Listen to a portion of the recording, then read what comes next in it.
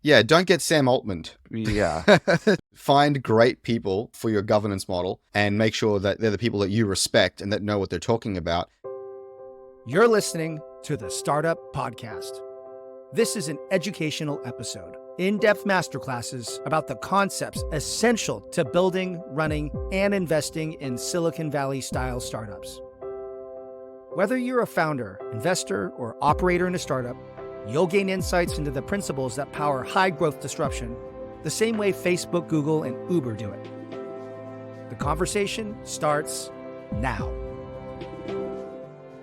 Hi, I'm Yaniv Bernstein. And I'm Chris Saad. And in today's episode, we're going to discuss the delicate topic of getting fired as a founder CEO. This is one of those things that unfortunately happens from time to time, but we're going to talk about why it's something that is highly undesirable and should only be used as a last resort. And then we're going to go through, first of all, the founder CEO's perspective, how to maximize your accountability and make sure that you stay unfireable. Then we will also talk about the board's and the investors' responsibility, making sure that they don't fire the CEO at the wrong time or for the wrong reasons. All this and more in today's episode of the Startup Podcast. Stay tuned.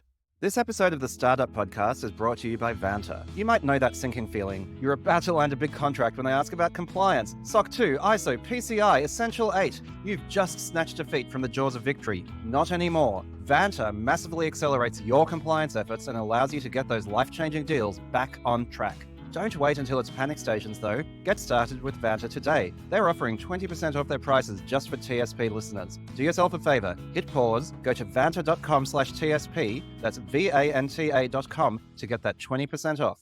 So, Yaniv, I guess the first thing we want to cover about this is why it's actually really, really undesirable for a board, for an investing team, for the leadership team to want to remove the founder from the CEO position.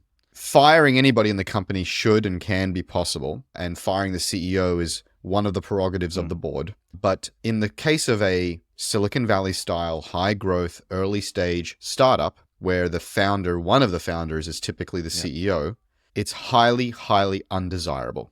It is highly undesirable, but it's actually also really important. I want to emphasize the point that you made in passing there, which is that it's actually really important that the board can fire the CEO and has that legitimate ability to fire the CEO, because CEO is a job. And the CEO is the most influential role in the entire company, right? And so it's really important to have that accountability and for the CEO to know that they are not ordained, right? They are there serving at the pleasure of the broader company because they have responsibilities. If they do not fulfill those responsibilities, it is right for the board to fire them. So we're not saying it's bad that boards can fire CEOs. What we're saying is it's undesirable, and here's why. Yeah, I want to go a little further with that. I would say it's highly undesirable and often, regularly, catastrophic, especially at the very early stages of a company. And it's actually related also to why some people, you'll hear people go, I have an idea and I'm just looking for a CEO to go run it.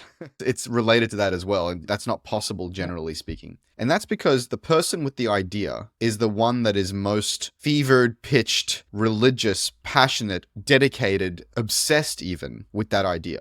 It's their idea. It's come from their guts, from their blood, sweat, and tears, from a fever dream. They've probably developed a clear vision in their mind of what the world could look like when this thing comes true. And it takes that kind of commitment and then the resulting blood, sweat, and tears to work crazy hours, to push through crazy constraints, to ride the roller coaster through the trough of despair, to bring that idea to life, and to convince people along the way that they should jump on the bandwagon as well. And so that kind of passion and enthusiasm and commitment and relentless execution is rare to find from someone who has adopted the idea, who's been handed the idea, who has come in from the outside, a little bit like a mercenary to go and execute someone else's idea.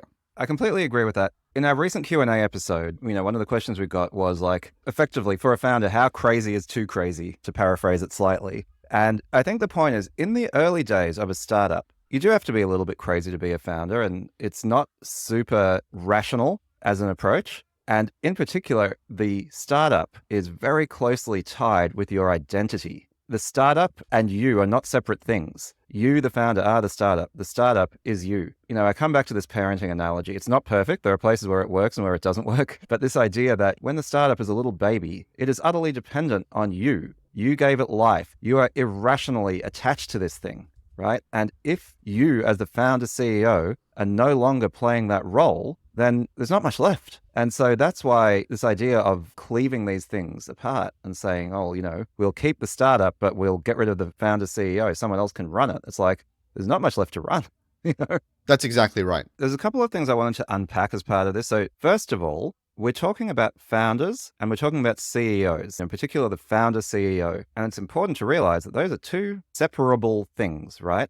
The CEO is a role. It is a job that someone has to do in a company. They are running the company, and that is the CEO. The founder is more like a label. The founder is the person who founded the company, and you can't actually take that away. And it's not a role. Founder is not a role. Founder is a designation, maybe is the right way to put it, right? Yeah, it's like the biological father or the biological mother. It doesn't matter who's parenting the child, who's the legal guardian. You cannot ever lose the biological mother and biological father label. You just get that at birth. It's not something you can be taken away, as you're saying, Yaniv. That's right. It's your baby. So if you're a CEO who's come in not as the founder, you can be extremely effective. And again, for anyone who's listening, I want to be careful because it's a delicate topic. I don't want to offend, right? You have amazing step parents, amazing adoptive parents, and so on. And you can do an incredible job. But, my sister's adopted, in fact, and it takes an extra degree of effort, an extra degree of skill to effectively be that parent and guardian of a child who is not your biological child. And I think it is similar here, right? It is simply harder to be a CEO of a company that you did not found. And so it's undesirable. I think that's exactly the right word to use, Chris. Like, there are times when it's right, but it's not desirable. The other point I wanted to make is that there is a time dimension here that, again, I wanted to be explicit about. The earlier the stage, the more highly undesirable it is, right? Because again, I talked about that fusion of identity. The early stage startup and its founder CEO, they're kind of the same thing. As the company develops and gets bigger and more mature, it is still ideal to have a founder CEO, and it is still undesirable to remove them. But there are more and more reasons why you might want to separate. And again, the child is growing up, they become less dependent on their parent. Another place where that analogy fits. And so as we have this discussion, Chris, I think it's worth considering stage as an additional really important nuance in this debate. There are, of course, limits to this metaphor. I'll say very immediate limits to the metaphor of, biological parent versus adopted parent, because I think adopted parents, in many cases, most cases, are in a far better position to raise a child than the biological parent, because the biological parent couldn't, wouldn't, shouldn't look after that child. But when it comes to startups, there are many, many children, right? There are many human beings in the mix, and that founder is likely still wanting to be involved and is still eager, and we're talking about them being removed, being fired. And so that creates a really problematic dynamic. The other part that you said, Yaniv, is it tends to get less undesirable the bigger and more mature the company gets. And I think that's true, but it's a sort of like, it's a weird curve, because in some cases, the founder CEO is even more important when the company is bigger and the bureaucracy is harder. Because like a Mark Zuckerberg, when the metaverse, he decided that's relevant, and now he's decided, AI is relevant, it would be much, much harder if Mark Zuckerberg was not in control of Facebook than it is now for Facebook to pivot and adjust to these changing fundamental platform shifts in technology.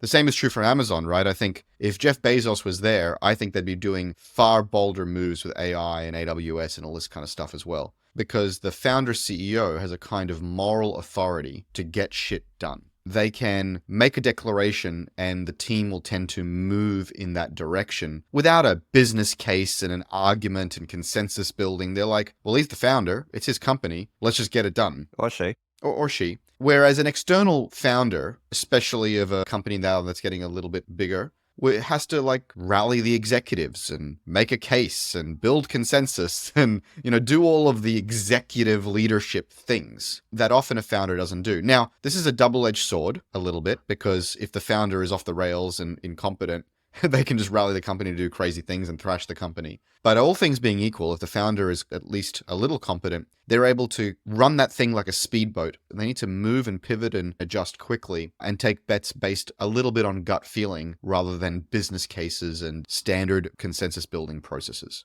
And so this never really goes away. But as you said, at the very, very early days, your identity is infused with the startup. And so it's probably more likely to be catastrophic at those very early days, and immediately catastrophic within weeks or months.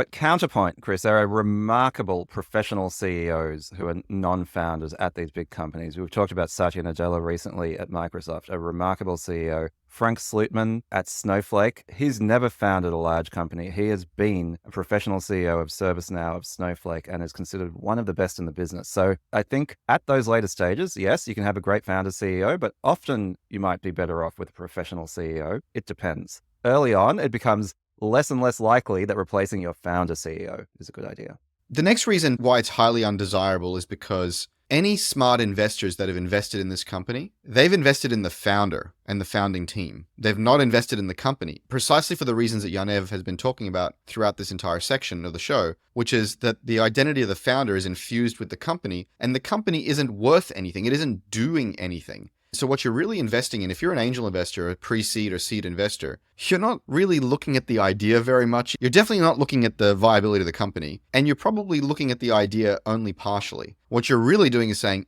do I believe this woman or this man is competent enough to take any idea and execute it well? And once they figure out that this might not be the right idea or the right approach, pivot, learn, iterate, and repeat. And so I can tell you, if the board is in a position to fire that founder, the rest of the money in the company should be pretty pissed off. Because hang on a second, we just invested in this guy or girl, and what's going on right now? And I've actually seen Emil, who's our friend of the pod, is on all our React shows, talking about Travis being removed from Uber. The way he described it was, there was a minority of the capital that made that happen, and the rest of the capital was pissed. It's hang on a second, we invested in Travis and Emil and this guy's, what is going on? And so as the investing team, you've likely invested in that founder and that founding team. And if you've only had a tangential relationship to this vis-a-vis the board, you should be concerned.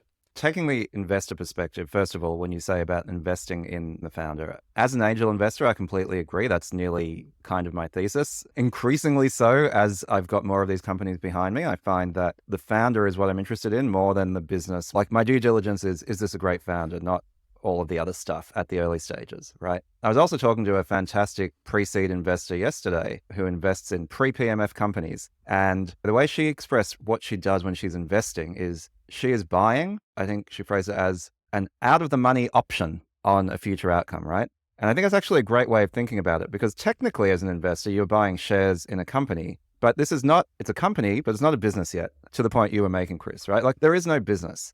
There is a hope that one day this becomes a profitable business. But right now, it's just pure potential. And so what you're doing is you're buying an option on the future of that potential. And that is actually a great description of what especially early stage venture investing is. So I really like that. And so then the question is, okay, what is the potential that you're betting on here? It really comes down to the founder's ability to execute. And so without the founder, your option becomes a lot less valuable.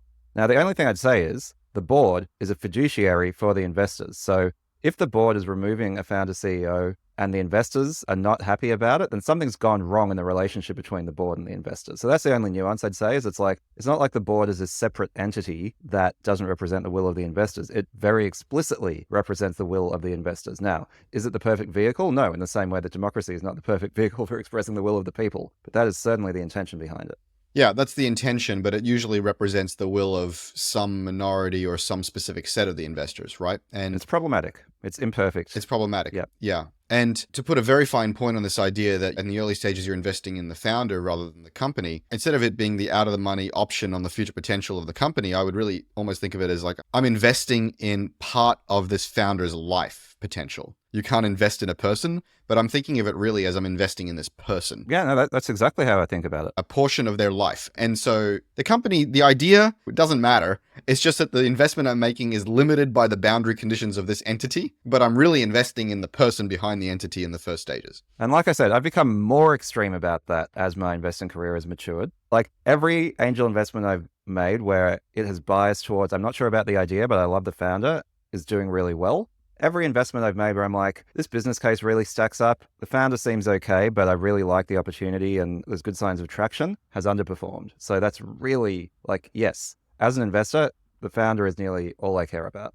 Now, the next and final reason we're going to discuss about why it's undesirable to fire your CEO founder, particularly in the early stages, is a little controversial. It's my personal opinion, and Yaniv, I think some of what you just said may indicate that you might disagree with me on this one. But in the early stages especially, when we're talking about relatively small amounts of money, relatively small numbers of employees, a limited fiduciary on which you have responsibility, I think it's the founder's company to ruin. Not technically, not legally, not morally, not maliciously, but it's their company. They started it. They gathered the people. They raised the capital. And in the early stages, if they end up taking it in a direction that the board doesn't particularly like, c'est la vie. It's theirs to ruin. That's not a technically accurate position. It's my personal philosophy as an angel investor, as a multi-time founder, as a member of the startup ecosystem is philosophically, I will bet on the founder over the investors and the board and all of that nonsense in the early stages. The way I see it is when you're investing in an early stage company is you are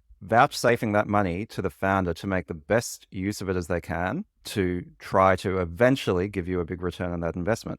And it comes then with no strings attached, really. Like, I own a percentage of the company, but I'm not the decision maker in the company. I own a percentage of the company because I trust in the founder, right? And so, yeah, I don't really want to get in the way of that unless there are signs of malfeasance, or if a company executes an extreme pivot, it is considered good manners for the founder to offer to return the capital to existing investors. But then a really good founder, often the investors are like, no, just keep it and do your new thing with this capital.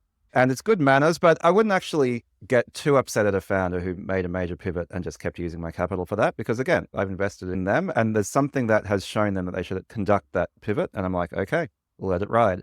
Yeah, and again, the show is really at its best when we're talking about the differences between Silicon Valley and the rest of the world and why those differences exist. And in Silicon Valley, capital is relatively abundant, and VCs compete to be the most founder-friendly, VCs, board members, and advisors. And so the idea that you would fairly carelessly fire the founder, CEO, is not founder-friendly. And the idea that you would take your money back because the founder is executing a hard pivot is not founder-friendly. And so what I'm really trying to indicate to the rest of the ecosystem that listens to us is whether there is a heavy competition for capital or not, whether there's heavy competition for advisors or not, it is still desirable to achieve Silicon Valley style outcomes at the ecosystem level for the community to generally be founder friendly. These are the people that are in the arena. They're the ones that are betting their personal reputation, their blood, sweat, and tears. They're the ones that are learning and pivoting and iterating and crying and bleeding these companies.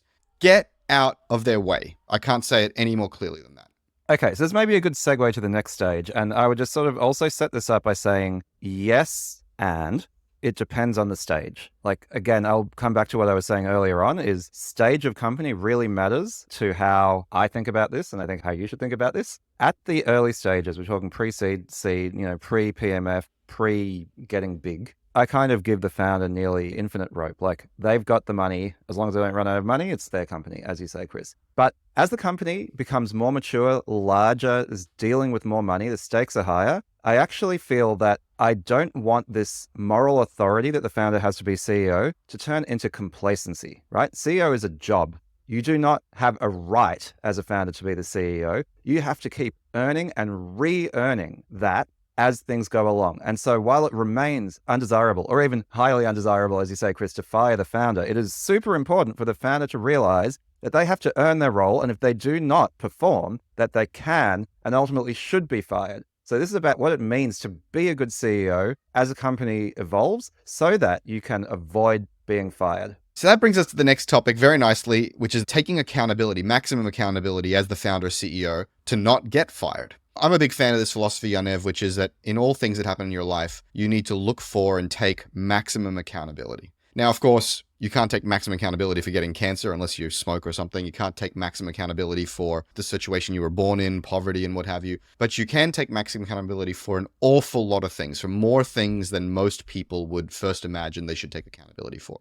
And by doing that, you get to learn, iterate, and be the author of your life to a degree that most people don't even try. And I think that's really, really important. And so as a founder CEO, you should really have this philosophy. As a good founder CEO, you should have this philosophy about all things in your business, including not getting yourself fired. And so here are some of the things you need to do to not get fired as the founder CEO and not really deserve to be fired as well, to Yanev's point. The first thing is keep the board in the loop. You mentioned, Yanev, hey, if a founder does a hard pivot without letting us know, without offering the money back, that's a little bit of rudeness, right?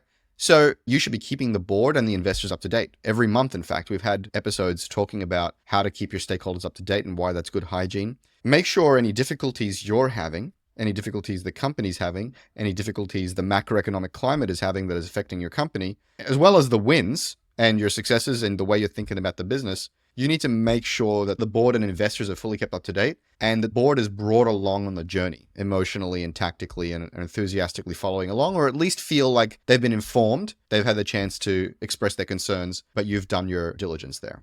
Absolutely. This is Stakeholder Management 101. And I've mentioned a couple of times in previous episodes, but I think it can't be overstated. The importance of investor letters, I think that is the perfect way to do this for the most part, right? Which is, it is such a good practice to send out, ideally monthly, but no less than quarterly, but very, very consistently, very predictably, an investor update. Because as soon as you go silent, then people's imaginations start to run away with them. And it can be easy to assume if you're not hearing from a founder, it is easy to imagine the worst and to start to lose confidence in them. It tends to be that founders stop communicating when there is bad news. No, always be proactive, always be consistent. Good news, bad news, rain, hail, or shine. Keep your investors updated. That will keep them calm on an even keel, and it will make sure that they're informed that there are no major surprises. Now, if there's something really major, like you say, Chris, a pivot or whatever, then probably it's worth picking up the phone, at least to your major investors and being like, hey, let's have a chat. Keep them in the loop. No surprises. You are less likely to lose people's confidence that way. I like the thing you said in an episode where we dealt with this in more detail. You said a regular update, like clockwork, is better than a great update. So even if the update is not like fully fleshed out and, beautifully designed, it should still go out like clockwork every week, every month, every quarter, whatever cadence you've established. It's a heartbeat. It's like, hey, we're still alive and we're still doing stuff and we haven't lost the plot.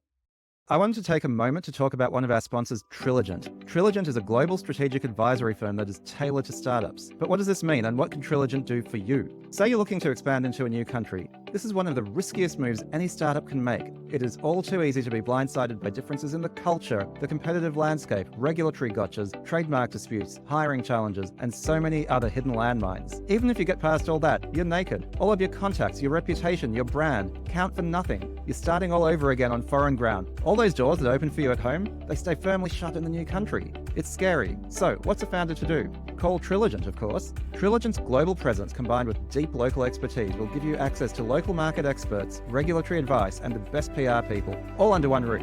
Plus, Triligent's advisory board gives you access to an even broader network of domain experts nearly everywhere in the world. So if you've got a specific tricky issue and you need someone who really understands the space, Triligent have you covered. As a startup, your context and narrative is constantly changing. Partnering with one single firm who truly understands your product and business goals early on is going to lead to greater efficiencies and, more importantly, to better outcomes in the long run. Finally, Triligent is flexible and founder-friendly from a commercial perspective. Contact Triligent today at www.triligent.com and book a call with their wonderful COO, Laura, to find out how they can help you grow your startup with confidence. That's www.triligent.com, TRILLIGENT, to speak to Laura, their COO, today. This episode of the Startup Podcast is brought to you by Vanta. The team at Vanta are passionate about helping you secure your business. By vastly cutting down on the time to get compliant with frameworks like ISO 27001, SOC 2, and Essential 8, Vanta lets you close deals, sleep better at night, and get back to building your product. Help yourself and help the podcast by going to vanta.com/TSP for an exclusive 20% off deal. Now, the next thing you need to do to avoid getting fired from your own company is you need to be growing as fast as your company is growing, or as fast as your company needs you to grow. At Uber, we had this performance rubric for our performance reviews, and one of the metrics was, are you growing as a contributor, as an operator, as an employee? And you needed to be growing at least as fast as Uber in order to get a 3 out of 5, like just a basic meets expectations. In order to be rated as growing 4 or 5 out of 5, you had to be growing faster than Uber, which was bloody hard to do, I tell you that. The implication being you could not stand still in your role at the company because the company was growing so fast. You had to be maturing along with the company and getting better and better. And that was a really incredible mindset that I had not encountered before and has recalibrated my brain in terms of how I think about getting better in whatever role I'm at, even if I've already landed in the role. I completely agree with that. My former co-founder at Circular, Nick Ramsey, he called this your personal runway at the startup, right? Or it's a closely related concept, which is if you don't grow, how many months before you need to get fired because the company has outgrown your capability to do your job effectively? And you need to grow effectively, to get that 4 or the 5 is you are actually making your personal runway longer. If it's getting shorter, then you're not meeting expectations and eventually you're going to lose your job. And that's true for everybody at the company. and doubly so for the CEO, because it is the most important role in the company. So if you are not growing, that's a real problem. Also, as CEO, I would say your role changes more than any other person's, right? The title stays the same. I've talked about this in the past as well. Like, the title stays the same, but the role totally changes as time goes on. And if you are not growing into that new role, growing your skills, but also adapting your style, if you keep doing things the way that you were doing it as the company grows, you're going to become worse and worse as a CEO until you reach the point where you're like, if you're trying to run your company of 100 people or 200 people, like it's got 15 or 20 people, then not only are you not doing the job well, you're actually harming the company. The company would be better off without you than with you doing what you're doing. You're a net negative. And so you must be constantly working on yourself, being really reflective, never fall into complacency or arrogance, because that is, I think, to me, the most justifiable reason to fire a CEO is because they have failed to keep up with the demands of their role. Now, of course, we're talking here about keeping up with the growing company and growing as fast as your company is. This assumes the company is growing. And that's the next thing on our list here is you need to be growing your company, kicking goals and hitting milestones. Now, this is related to keeping the board in the loop, but really keeping the board in the loop is keeping them in the loop no matter what, right? Like whether things are going well or not going well, that heartbeat needs to be beating. The next thing you need to do is keep growing the company, keep hitting goals, and more importantly, goals that you've aligned the board on. So the board and the investors need to know ahead of time, our goal is to do X, and then you need to do X. If our goal is to grow Y, you need to then do Y, or at least some version of Y. And so it's obvious communication is part of a good relationship. Maturing and growing is part of a good relationship. And doing what you say and saying what you're going to do, keeping your word is essentially the next bullet there with keeping your word in the relationship and delivering results for your partners and for your business.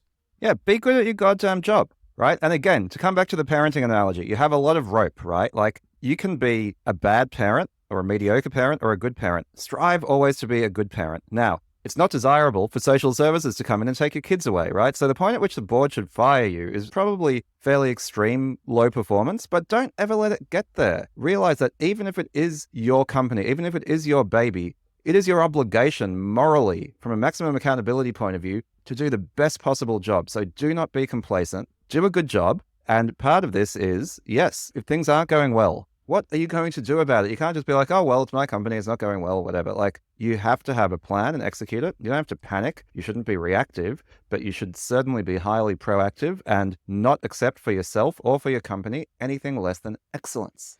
But the key with this point, I think, is you need to first define what a good job is in the mind of your stakeholders, your investors, and your board. And then you need to deliver on that expectation. So I often say when people ask me, what is success or how do you achieve success? My answer is you must first define the rules by which you're playing and then play by those rules. And so I could say, I want to pick up that tennis ball. That's my goal. Well, once I pick it up, I am now successful. Oh, well done, Chris. Yeah, exactly. It's no more or less complicated than that. And so when you talk to your board, your investors, your advisors and say, my goal is to do X, and then you do X, that is doing a good job. As long as everyone agrees on the goal. Of course, defining and getting consensus on the goal. And so it's not enough for you to feel like you're doing a good job, feel like you're hustling, feel like you're doing a lot of stuff, feel like you're waking up early and going to bed late, and I'm working hard, but you have not first achieved consensus with the key stakeholders that the thing you're working hard on, the outcomes that have resulted from that hard work, are the thing they wanted you to do in the first place. That is the most essential part of the hard work and the successful work. The next thing we want to talk about is if you're not able to keep the board in the loop well, if you're not able to grow as fast as your company, if you're not able to grow the company fast, get a coach, get an advisor, get somebody to help you. Not 50 somebodies. Don't go to 1,000 meetup events. Don't talk to 10 different advisors in an accelerator and think you've done something. Get one person, 2 people, maximum 3 that you trust in one or more categories and work with them week in and week out to learn what you don't know and to hold you accountable for the things that you're trying to achieve. And, Yaniv, you and I have talked about countless times, you can't read the label from inside the bottle. You don't know which way is north from inside the forest. You can't tell the forest from the trees. Pick your metaphor. Both you and I and everybody on the planet are less effective when they're in the business trying to figure it out. We sound very clever on our podcast because we don't have to deal with the details of your company. But once you put us in the company, it's harder. And we all need help. And so get yourself that help to make sure that you're keeping up with the business and growing the business. I mean, I would say the default is you should have a coach or someone in a coach position, whether they're formerly an executive coach or not. You said if you're struggling, get a coach. Even if you're not struggling, get a coach. I think it's just so valuable. And by the way, this is an aside, but an important one, especially if you've raised some capital. Getting a coach can be expensive. And a lot of CEOs, similar as getting an executive assistant, are like, they have frugality baked into them. They don't want to waste their investors' money. And they're like, oh, I'm not paying for a coach. I'm not paying for an EA. I can do it myself. The return on investment is good because having someone who helps you be a better CEO is massive leverage. And so don't skimp on that. Get someone who you really connect with and who can help you be a better version of yourself as a CEO, as a leader. That is incredibly valuable. Someone credible. One of us, for example. No, but I mean, in seriousness, right? Like outside of Silicon Valley, it's very, very easy to find your local real estate agent, your local small business operator, your local large business operator and go, they're going to be my coach through startup land. And they don't know what it means to be scrappy. They don't know what it means to have upfront capital invested in a long-term, low-margin business powered by software. They don't know what VC is about. They don't know how to put together these deal terms. They don't know any of this stuff. They're going to teach you the exact wrong thing. And they're going to inject fear, uncertainty, unnecessary bureaucracy, bullshit, small business syndrome into your brain. Find someone who has built Silicon Valley style companies before, who has failed and learned from those lessons, and who has succeeded and grown and worked with the best. And if you can't find them, you're not looking hard enough. And then, we never want the show to be too salesy, but yeah, talk to Yaniv and I, talk to the people in our comments who seem to know what they're talking about, but find somebody and get on top of your game.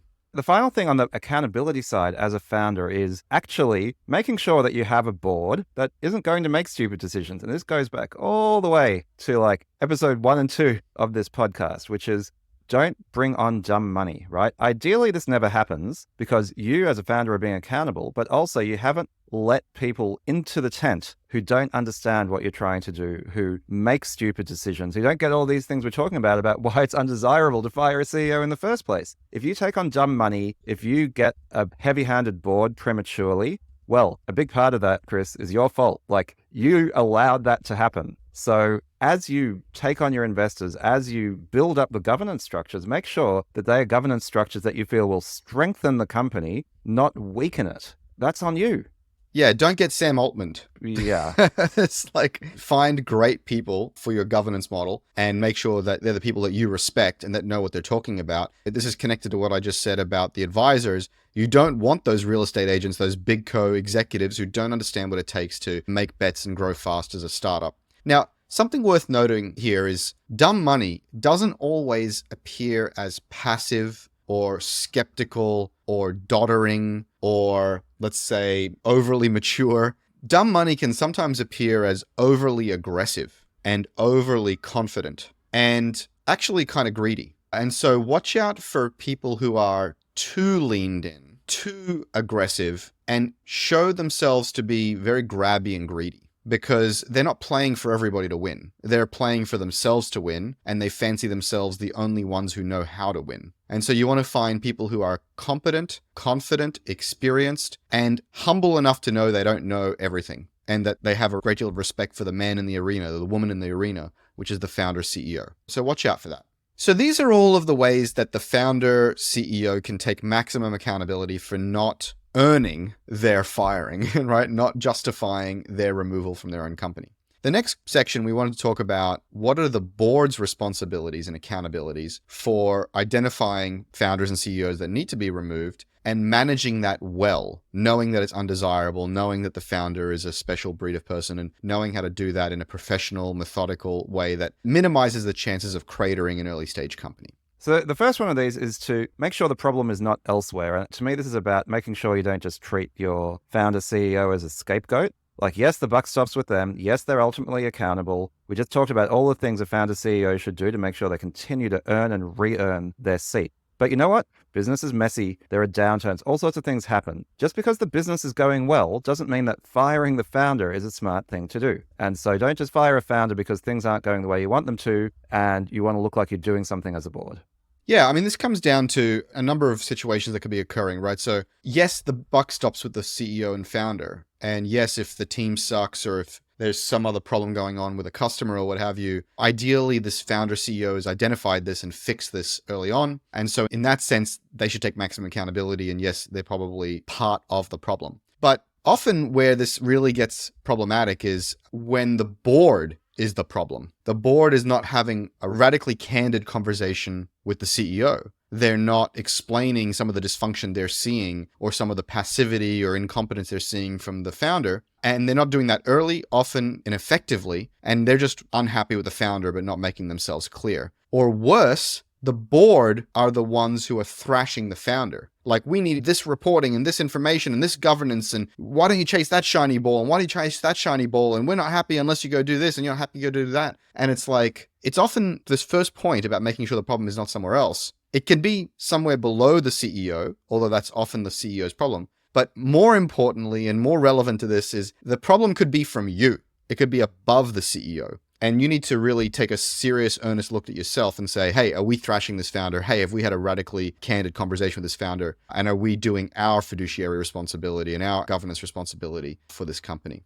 Often, the best way to do that is A, to have that candid conversation. And if it doesn't improve, to put the founder and CEO on a formal performance improvement plan or pair them up with a formal coaching relationship. So it's not enough to just go, hey, we've talked to you about this for 3 months and you've done nothing. It's, hey, we've talked about this for 2 months. We're now putting you on a very specific and formal performance improvement plan. We'd like to see you improve in these 3 ways. And potentially, hey, here's a coach who can help you with those things so that we can set you up for success and maximize the chances that you'll come through this better than we started. Yes, this one is really close to my heart, Chris. And the way I think of it is it's slightly unorthodox, but the board is effectively the CEO's manager. Now, it's a bit weird, right? Because it's not one person and it's not technically the case, but the CEO doesn't have a manager, right? To the extent that your manager is the entity to whom you are accountable and can fire you, the board is the CEO's manager. And as a manager, you have a lot of authority, but you also have a lot of responsibility to be a good manager and to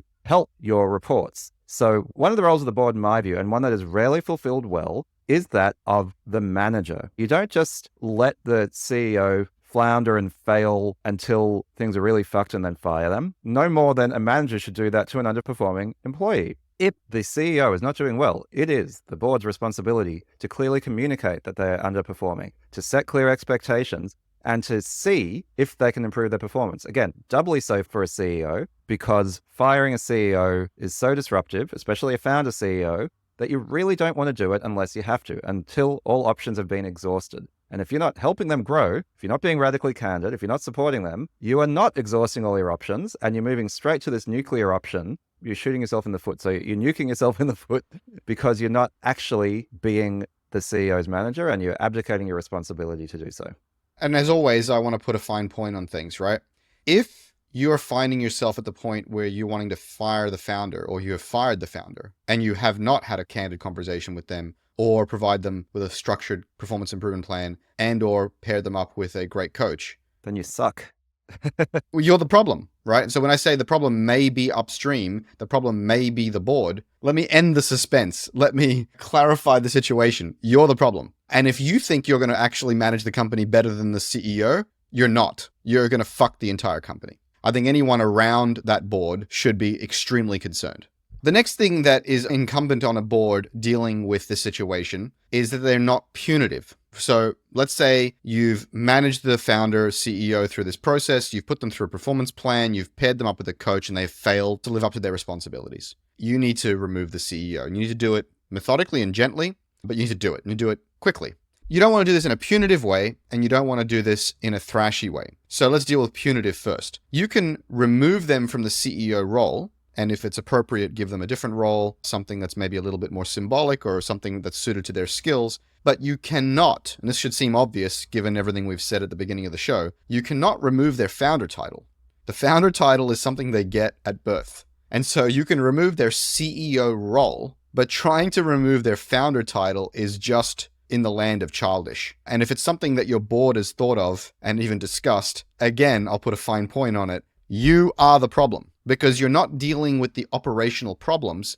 you're dealing with like childhood tit for tat, and it's kind of ridiculous. And so the founder keeps the founder title, whether or not they stay in the business. And the founder ideally is put in a place to succeed that's commensurate with their strengths and covers off for their weaknesses, or they bow out of the business and they're free to go do their next venture and move on with their lives. Yeah, I agree with that. Don't be a dick. Don't be a dick. It's, again, the way of viewing the board's responsibility is as a manager, right? If you fire someone, do it with grace, do it with dignity, allow them to leave with their dignity intact. Don't be a dick. The end. Let's talk about the don't be thrashy part of this. You can't just like fire the CEO and leave a power vacuum in the CEO role, right? CEO is one of the most important roles in the company. Somebody needs to be making the decisions. That can't be the chairman.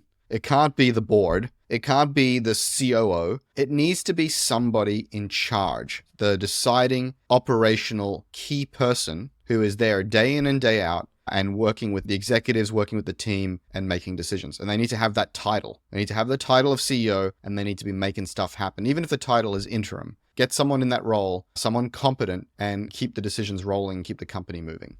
Absolutely. Even if you need an interim CEO, someone should always be in charge. All right, Yaniv. So I think that pretty much sums it up. CEO, founder is really important to the business. You really don't want to get rid of them. But as the founder CEO, you want to take maximum accountability for doing a great job and not putting yourself in a position to get fired. And as the board, you want to help that founder succeed. You don't want to be punitive and you don't want to thrash the company. You want to do it methodically and effectively.